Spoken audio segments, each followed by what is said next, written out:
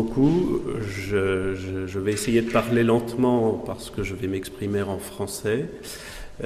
J'espère que tout le monde me comprendra. Pour compléter mon curriculum vitae, mais ce n'est pas par fierté, mais les choses évoluent, vous savez, on est toujours en mouvement. En réalité, aujourd'hui, toujours chargé du département de Meurthe-et-Moselle où se situe Nancy. Je suis également aujourd'hui chargé de la cathédrale de Strasbourg, de la cathédrale d'Albi, qui est un monument inscrit au patrimoine mondial, et de la cathédrale de Montauban, qui n'est pas très loin. Aujourd'hui, Miguel m'a demandé de parler de la dorure des sculptures, des statues. En réalité, effectivement, j'ai une assez faible expérience en la matière, donc je n'aurai pas la prétention d'embrasser l'ensemble du sujet, mais il m'a semblé intéressant, à travers les expériences que j'ai pu mener au cours des différents chantiers dont j'ai eu la charge, de poser les différentes problématiques qui se sont posées à moi et que j'ai résolues d'une façon qu'on peut discuter, qui est toujours contestable, qui est une proposition qui est faite et qui est traduite dans la réalité. J'ai rencontré donc, à mon avis, quatre types de problématiques de restauration autour, on va dire, du décor doré. D'une part, la première, la plus simple, qui est la dorure qui existe, qui a existé, dont on a la preuve, et qu'il s'agit de restaurer, c'est-à-dire conserver ce qui existe et compléter ce qui n'existe plus pour aboutir à un objet restauré doré tel qu'il a été, tel qu'il nous est transmis. Un autre cas de figure que je vais illustrer est la dorure que l'on restitue. Alors restituer en français et en tout cas dans le langage de la restauration, ça veut dire remettre en place quelque chose dont on a une preuve formelle. C'est-à-dire la dorure a existé sur cette sculpture, sur cet ornement, il n'y en a plus aujourd'hui, mais je la restitue, je la remets en place. J'ai rencontré un autre cas de figure qui est plus discutable, mais je vais vous en montrer l'illustration, qui est le cas d'une dorure que nous avons réinventée. C'est-à-dire, la dorure n'a jamais existé, mais elle nous a semblé être le prolongement logique du projet du concepteur, du monument sur lequel nous travaillons. Et en l'occurrence, je vous montrerai l'exemple d'un bâtiment néo-gothique, c'est-à-dire gothique et renaissance à l'origine, reconstruit et réinventé par un architecte du XIXe siècle. Et dans le cadre de cette restauration, nous avons complété le monument en y ajoutant une petite pointe de dorure qui m'a semblé être, je dirais, pertinente, mais on peut en discuter.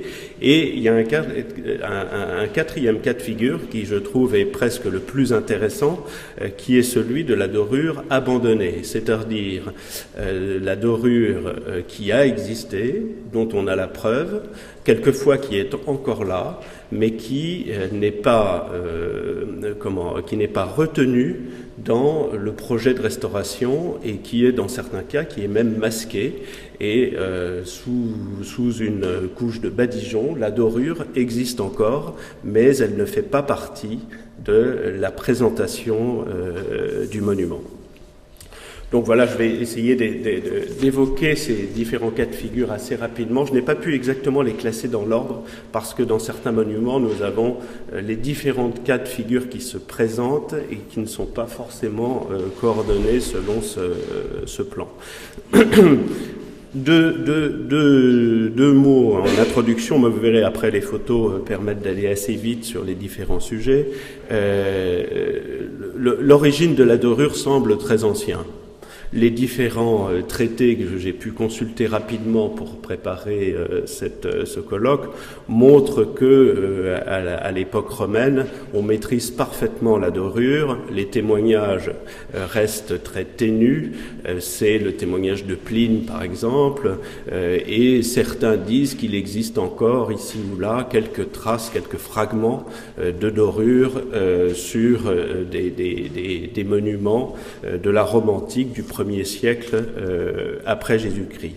Mais en réalité, la technique de la dorure, de battre des feuilles d'or très fines pour les appliquer sur les différents supports, est théorisée avec l'apparition des traités au XVIe siècle et après, au XVIIIe siècle, largement maîtrisée. Et aujourd'hui encore, quand on restaure des dorures, quand on refait des dorures, c'est selon les techniques qui ont été écrites et décrites au XVIIIe siècle. Alors, nous avons un Français très connu, je ne sais pas si vous le connaissez, qui est un certain Jean-Félix Watin, W-A-T-I-N, qui écrit son traité en 1772 et qui décrit toutes les sortes de dorures, toutes les recettes, toutes les applications possibles, que ce soit la dorure dite à l'eau, c'est-à-dire la dorure pour les intérieurs, qui consiste à traiter les bois, les plâtres, les décors intérieurs, la dorure dite à l'huile, c'est-à-dire celle qui s'applique sur toutes les ferronneries et tous les ouvrages qui sont à l'extérieur, les ouvrages de toiture, les sculptures, les statues, donc qui sont présentés sur un espace public par exemple. Et puis il y a enfin une dorure qui s'applique assez peu pour nous les architectes, qui est dite la dorure à la coquille, qui est la dorure en poudre qu'on applique au pinceau et qui est plutôt réservée aux enlumineurs. Mais c'est une technique dont on se sert en restauration parce que quand il manque un petit éclat, un petit manque, on travaille la dorure comme un peintre avec cette technique. Je vais vous montrer quelques images, mais avant je termine par une dernière citation d'un de nos théoriciens célèbres, qui est Quatremer de Quincy, qui nous dit à propos de l'or et de la dorure, ce qui est un petit peu mon point de vue, mais je n'ai pas vraiment à l'exprimer, c'est qu'il dit que dans certains palais, dont notamment Versailles et d'autres, il dit « n'ayant pu les faire beaux, ils les ont fait riches », c'est-à-dire l'or est là pour manifester la richesse. Si quelque chose devait dégoûter de la dorure, c'est bien cet abus révoltant. C'est-à-dire qu'il est, Quatremer de Quincy, en 1801, à la fin du XVIIIe siècle, juste après la Révolution, dans une position critique vis-à-vis de ce que nous a légué l'Ancien Régime et trouve que cette façon de dorer à l'extrême manque de finesse et est un petit peu excessive. Alors c'est un point de vue, ça n'est rien d'autre qu'un point de vue. Voilà. Je vais vous passer quelques images pour illustrer ce propos. Je pense que vous allez... Je détache le micro, je garde. Ah, il est là. Est la plus aimée des doreurs, puisqu'elle consiste à préparer l'élément sculpté qu'on va dorer et à le reparer, c'est-à-dire c'est un mot que je n'ai entendu que dans la bouche des doreurs. Reparer, ça veut dire refaire la parure, ça veut dire refaire le relief, ça veut dire combler les vides, les resculpter pour que l'action de dorer soit pas simplement un travail de peintre, de reparer la surface, mais également de lui redonner son relief et sa nervosité.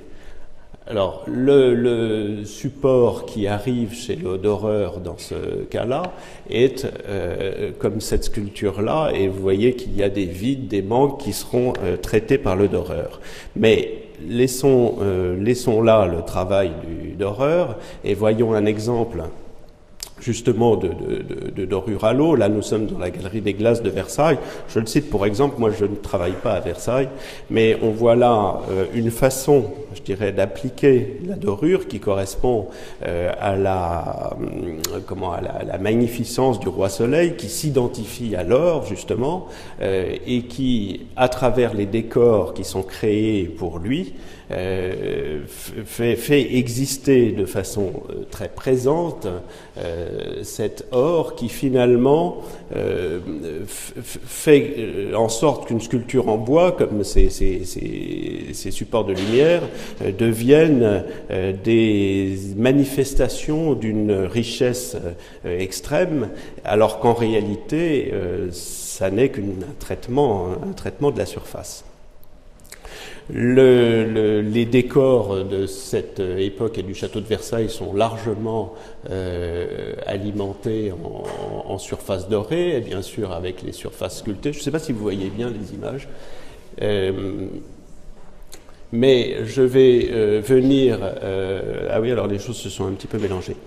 Je vais venir assez rapidement aux différents points du sujet que je vous propose, avec ici l'exemple de l'escalier, du grand escalier de l'hôtel de ville de Nancy, qui est en relation directe avec cette place royale sur laquelle nous avons beaucoup travaillé, et qui est un exemple de base, dirais-je, de ce qu'est le décor doré, simplement restauré. C'est-à-dire que cette grille de Jean Lamour est pour la ferronnerie ce qu'est le nôtre pour les jardins, était très bien conservé.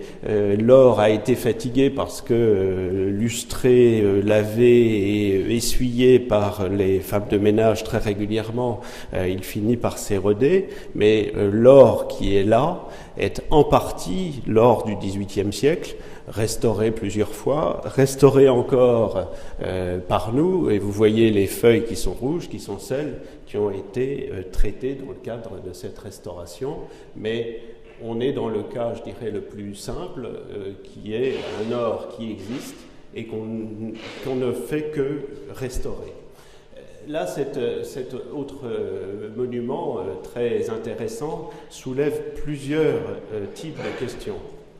C'est l'église Notre-Dame de Bon Secours, qui a été construite par Stanislas Lesinski, qui était un duc de Lorraine étranger et qui n'avait pas droit à être enterré dans la chapelle funéraire des ducs de Lorraine, puisqu'il ne faisait pas partie de la dynastie. Donc, très tôt dans son règne, il a construit cette église pour s'y faire incinérer, pour s'y faire enterrer, et c'est l'église funéraire de Stanislas, qui est construite par son grand architecte Emmanuel Héré, décorée par un grand nombre de décorateurs qui travaillent, de peintres, de sculpteurs qui travaillent à la cour de Lorraine. Et dans le cadre de cette restauration, nous avons connu plusieurs types de réflexions autour de la restauration des ors et des parties sculptées en or. Alors, vous voyez ces triglyphes et ces métopes, qui sont, après restauration, vous les revoyez sur la vue générale, sont les motifs qui sont sous la coursive et qui courent tout autour de l'édifice. Quand ce décor nous est parvenu, la présence de l'or y est très marquée et le reste du décor n'est pas très lisible. En revanche, après l'avoir nettoyé, l'or est toujours là. Le reste du décor montre un faux marbre gris. Et examinant les choses dans le détail, ce faux marbre gris, excusez-moi, les photos se sont tournées, ce faux marbre gris passe en dessous de l'or, ce qui veut dire que l'or est venu après le décor de faux marbre gris. Quoi qu'il en soit, dans la restauration, nous avons conservé l'or parce que l'or était solidaire d'une transformation du XIXe siècle que nous avons intégrée à l'ensemble de notre partie. Pour la voûte qui elle-même... Ah merde, excusez-moi, les photos se sont désorganisées, donc je vais essayer de m'adapter au rythme des images. Vous avez sous les yeux la sculpture funéraire du duc de Lorraine, entièrement en marbre, où on voit que l'or est assez peu présent, mais malgré tout existe dans certains éléments de décor, comme ici ces armes et l'urne funéraire qui est au sommet. Mais dans cette église où l'or est très présent, on a l'impression que l'or est partout. En réalité, les éléments sculptés sont plutôt en plâtre, en marbre, et l'or n'est là que pour accompagner, pour souligner le piédestal. Et c'est cet or-là que nous avons bien sûr restauré. Je passe rapidement selon les techniques sur lesquelles je ne reviens pas. Mais ce qui est intéressant, et c'est typique de cet art du XVIIIe siècle, dans cette voûte que nous avons bien sûr restaurée, il y a ici des médaillons qui sont en staff, en plâtre, mais qui ont été dorés à la feuille selon les techniques traditionnelles.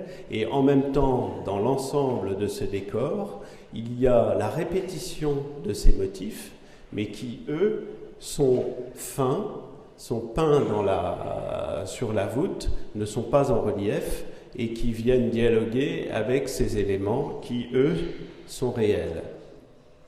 Donc, sur ce médaillon, tout est plat, tout ça n'est que du décor fin, y compris la partie dorée. Ça, c'est l'élément réel. Mais cette écriture du décor doré et de la sculpture dorée, de la statue dorée va plus loin, puisque ces vases qui sont peints sur la voûte représentent des vases dorés qui eux-mêmes accueillent des fleurs, cet ensemble étant entièrement fin, entièrement peint sur la voûte. Merde, excusez-moi. Une dernière évocation de cette confrontation entre le décor fin, le décor doré et le décor non doré, c'est cette figure qui est sur l'arc triomphal, dans lequel les deux personnages qui encadrent la figure centrale sont fins, sont en faux relief, en grisaille, alors que l'ensemble de Pouty qui est là, bon, avec ses rayons de soleil sont en relief, rayons qui sont inspirés de façon très lointaine de l'œuvre du Bernin à Rome, mais ceci est en relief et doré. Mais ce qui est très étonnant dans cette église, vous en souvenez peut-être tout à l'heure, le chœur a été augmenté au XIXe siècle pour accueillir une vierge du XVe siècle qui, elle, est le lieu de pèlerinage et qui a été la première vocation de cette église avant que Stanislas la reconstruise pour en faire le lieu de sa sépulture. Et on ne le voit pas très bien à cause du contraste, mais cette Vierge est installée dans une niche qui elle-même reçoit une lumière zénithale, et cette niche est décorée très richement, avec beaucoup d'éléments dorés, et avec ces nuées dans lesquelles s'inscrivent les visages des Pouty. Quand on regarde de plus près, et lors de la restauration, on s'est rendu compte que l'ensemble de ces nuées étaient entièrement couvertes d'or. À tel point qu'on a eu certaines hésitations. Vous voyez, les sondages le prouvent, on l'a regardé partout. Cet or-là, en très bon état de conservation, avait été recouvert assez tôt, au XIXe siècle, par un badigeon blanc pour aboutir à un équilibre esthétique qui soit conforme au goût de l'époque et au nôtre d'aujourd'hui, j'imagine, parce que, imaginons tout cet ensemble entièrement doré à la feuille, on aurait une présence une forme de vulgarité, je dirais, dans l'écriture esthétique de cette niche qui est là pour mettre en valeur cette Vierge du XVe siècle, qui est absolument magnifique, dont je peux vous montrer un détail, je crois. Voilà, ça c'est la robe de la Vierge, où vous voyez cet ensemble de personnages, rehaussés de dorure encore une fois et de couleurs, et on voit que l'or qui avait été mis en place, posé, c'est-à-dire que les artisans l'ont payé, les artisans l'ont réalisé, a finalement été abandonné au profit d'un équilibre, à mon avis, plus correct, plus convenable, plus agréable à l'œil, et donc cette dorure a été abandonnée.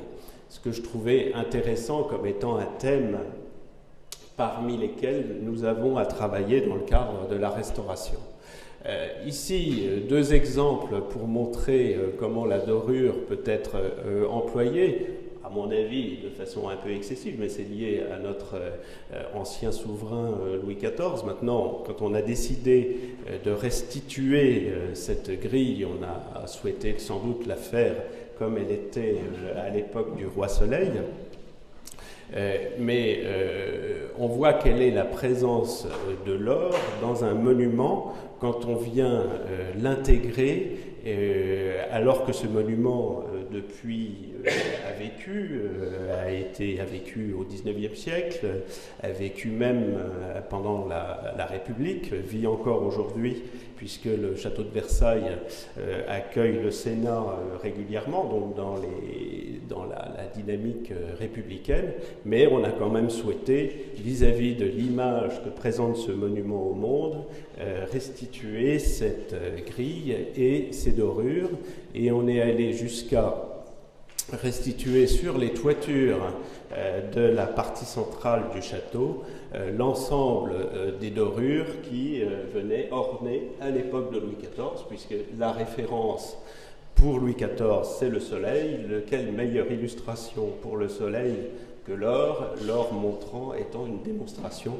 de la puissance du monarque à l'époque. Mais sur le plan esthétique, j'attire votre attention sur la lecture qu'on peut avoir d'une lucarne dorée par rapport à une lucarne qui ne l'est pas. Finalement, on se rend compte que, mais c'est une opinion personnelle évidemment, que l'or finit par masquer et brouiller l'ensemble des reliefs qui existent finalement dans l'œuvre originale, mais donnent une couleur, un éclat que bien des souverains voudraient voir pour honorer leur règne. Alors ici, je reviens quelques instants sur la place Stanislas de Nancy, avec au premier plan la renommée qui se trouve au sommet de l'Arc de Triomphe, qui sépare les deux villes et qui conclut, je dirais, la perspective de la place Stanislas. Renommée qui a été dorée par sous la direction de mon prédécesseur, mais dont la justification de la dorure se trouve sur le tableau du XVIIIe siècle, qui nous apporte beaucoup d'éléments, parce que, comme je vous le disais tout à l'heure, dans les comptes de travaux, dans les descriptions qui sont faites, la dorure est souvent absente, et c'est toujours une question difficile que de savoir où mettre de la dorure, ou ne pas en mettre. Et quand on veut être conforme à une réalité historique, il faut avoir un certain nombre de preuves qui, la plupart du temps, font défaut. Donc là, à juste titre, donc mon prédécesseur s'est appuyé sur ce tableau qui montre bien les parties qui sont dorées, celles qui ne le sont pas, et effectivement, dans la réalité d'aujourd'hui, on a bien une restitution de l'équilibre entre la partie dorée et la partie qui ne l'est pas. Hier, je discutais avec mon compatriote Rabro, qui me disait qu'il n'était pas sûr que ce médaillon ne devait pas être doré. En réalité, je n'ai pas, je dirais, d'opinion personnelle, si ce n'est que sur le tableau du XVIIIe siècle, ce médaillon n'est pas doré, alors que la sculpture l'est dans son ensemble. Donc, voilà, c'est une illustration de ce qu'est la restitution de la dorure, en ayant la conviction, en tout cas, qu'on rétablit une situation qui a existé auparavant. Et les exemples que je vous donnais sur le château de Versailles sont établis de la même façon, puisqu'il y a de la même façon des témoignages sur lesquels je n'ai pas accès direct, puisque je ne m'occupe pas de ces chantiers-là, mais je sais que l'ensemble de ces dorures a été rétabli en examinant les situations d'origine. Les grilles de la place Stanislas comportent énormément de dorures, sont des éléments sculptés, dirons-nous, ne sont pas des statues en soi, mais sont des éléments sculptés qui contiennent beaucoup de dorures, pour lesquelles on a encore une fois ce fameux tableau du XVIIIe siècle qui nous donne beaucoup d'éléments et qui nous confirme que ces dorures existaient, là où elles existent encore, là où nous les avons restaurées, là où nous les avons restituées quelquefois. Sur ces garde-corps, même si les armes ont été une fois retirées, une autre fois rétablies, il s'agit bien des ferronneries d'origine et donc de la position logique, je dirais, de la dorure.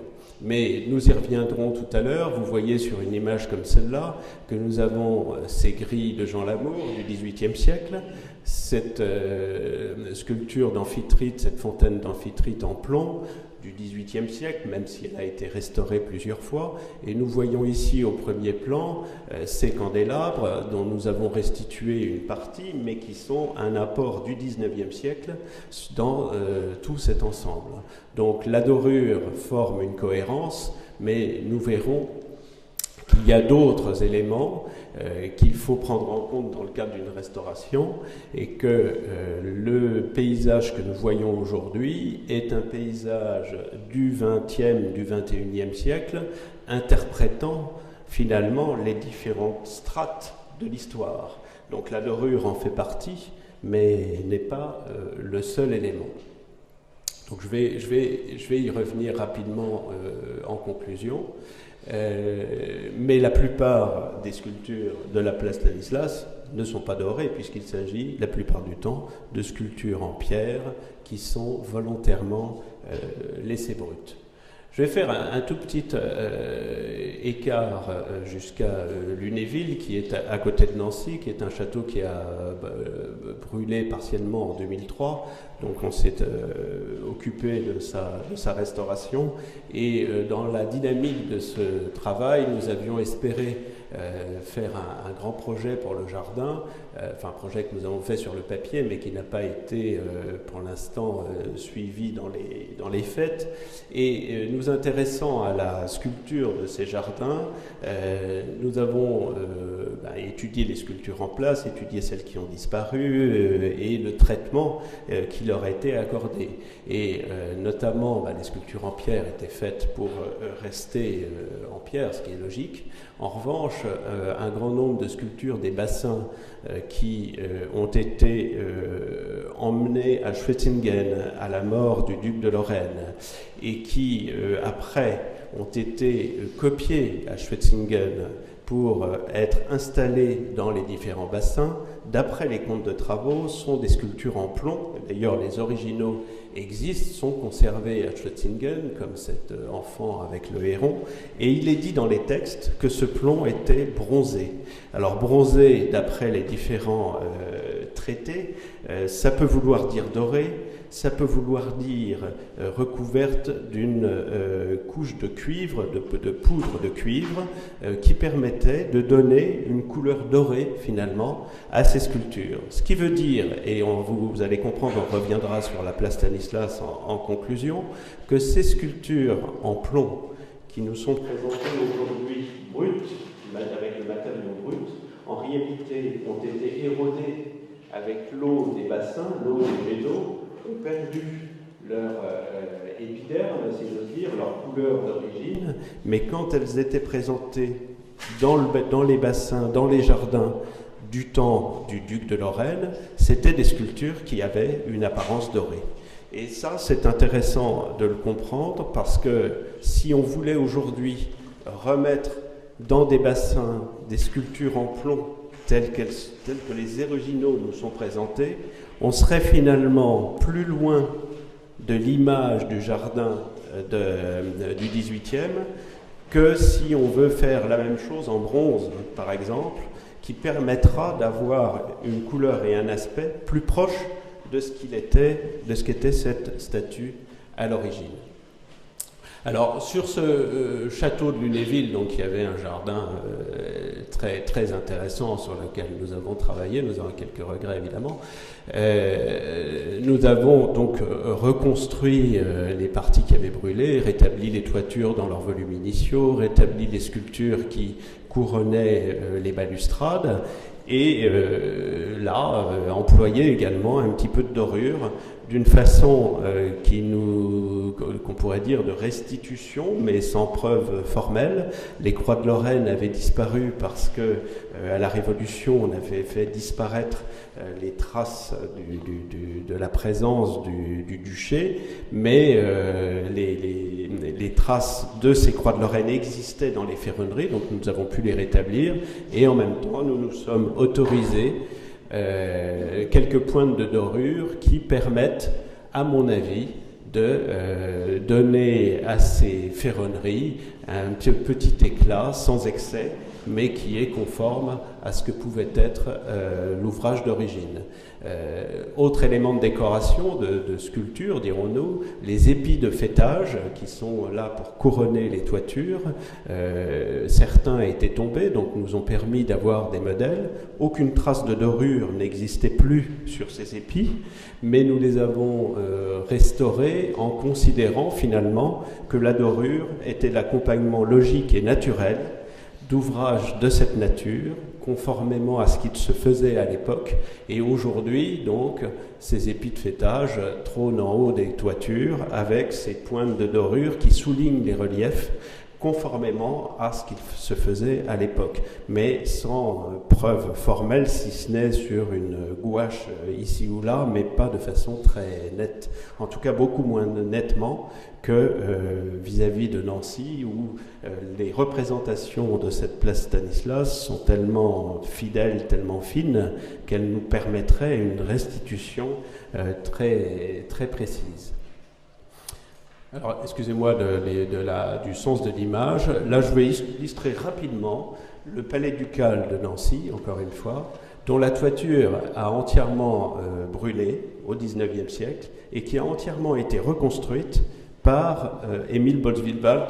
Boswillwald est un grand architecte, beaucoup moins connu que Viollet-le-Duc, mais de la même ampleur, qui a travaillé autant que Viollet-le-Duc, mais il n'a pas publié. Alors, les architectes sont souvent mieux connus quand ils ont publié. Viollet-le-Duc a tellement été connu avec son dictionnaire, mais c'était je dirais, de la même famille de pensée. Ils ont travaillé ensemble. Le dictionnaire de Viollet-le-Duc a été alimenté par certains dessins de Boswillwald.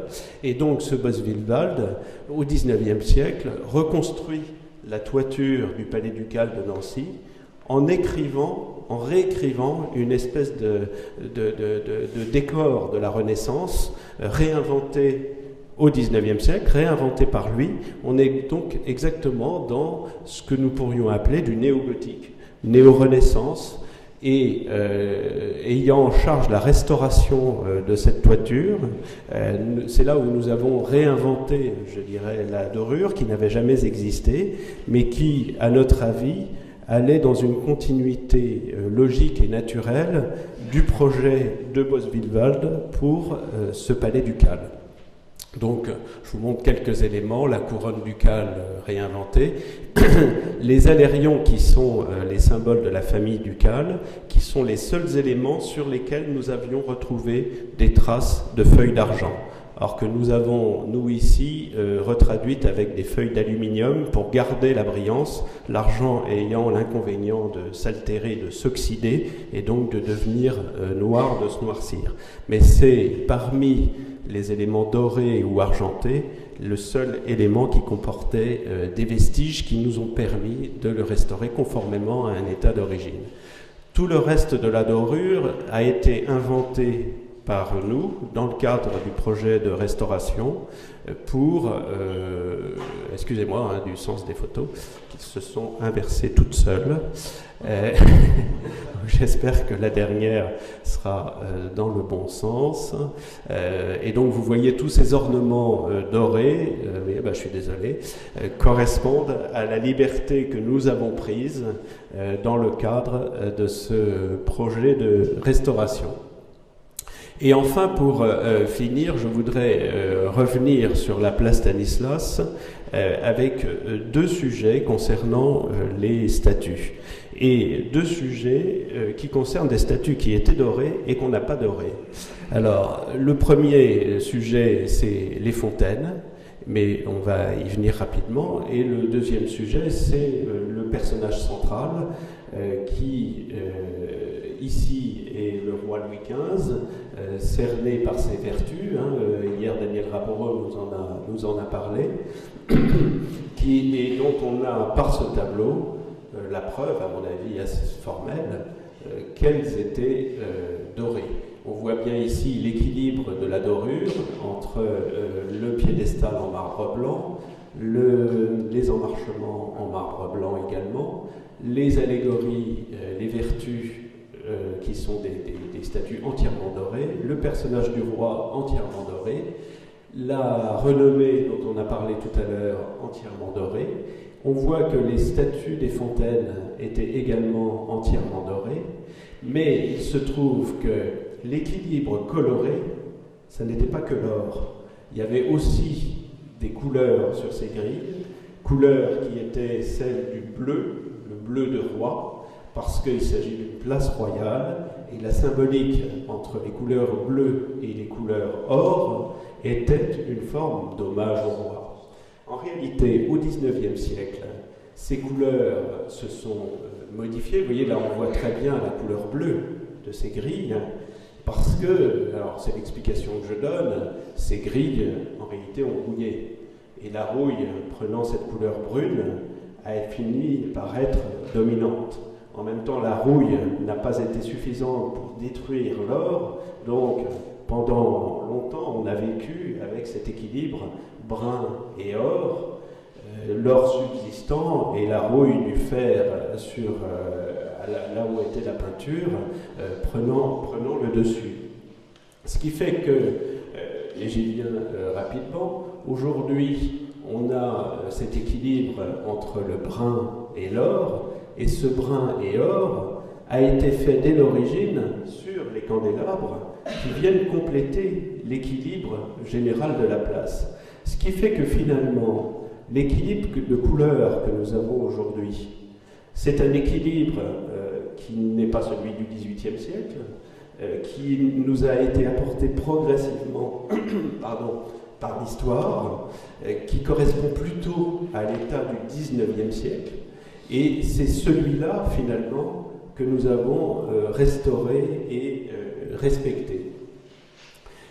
Mais on voit que cette sculpture, qui pourrait être dorée, évidemment, puisqu'elle l'était, garde tout son charme et conserve des qualités esthétiques indéniables qui, à mon avis, n'ont pas besoin de dorure pour exister. Et en dernier lieu, disons un mot sur le personnage central, c'est-à-dire qu'en France, il y a eu des événements très importants qui s'appellent la Révolution française, qui ont fait que le personnage du roi, cette sculpture a disparu. Le socle est resté vide pendant longtemps, et après d'interminables débats municipaux, il a été décidé d'y établir une sculpture de Stanislas qui avait été déclaré bienfaiteur de la Lorraine. Ce personnage a été réalisé en bronze, et progressivement ce bronze a verdi. Dans le cadre de la restauration de la place que nous avons menée, donc, nous avons travaillé à la restauration de cette sculpture. Mais il était pour nous aucunement question de l'adorer, évidemment, puisqu'elle ne l'avait jamais été, et que l'or était le symbole finalement du roi qui avait été retiré de cette place. Mais sachez qu'après l'avoir décapée, elle était presque dorée finalement, parce que le bronze a cette couleur, grâce au cuivre, a cette couleur un petit peu jaune. Et finalement, nous avons opté pour un traitement à la cire qui permet de conserver cet équilibre, on va dire, entre l'oxydation du cuivre et la conservation de ces reflets jaunes. Et c'est dans cet équilibre que nous l'avons livrée et restaurée. Donc elle est beaucoup plus sombre que si elle était dorée, mais très présente sur la place. Et à mon avis, dans un respect de cet équilibre qui permet de faire exister les différentes strates historiques qui, depuis le XVIIIe siècle, nous ont transmis cette sculpture, mais aussi l'ensemble d'un équilibre. Donc la place telle qu'elle est depuis 2005, depuis que nous l'avons restaurée.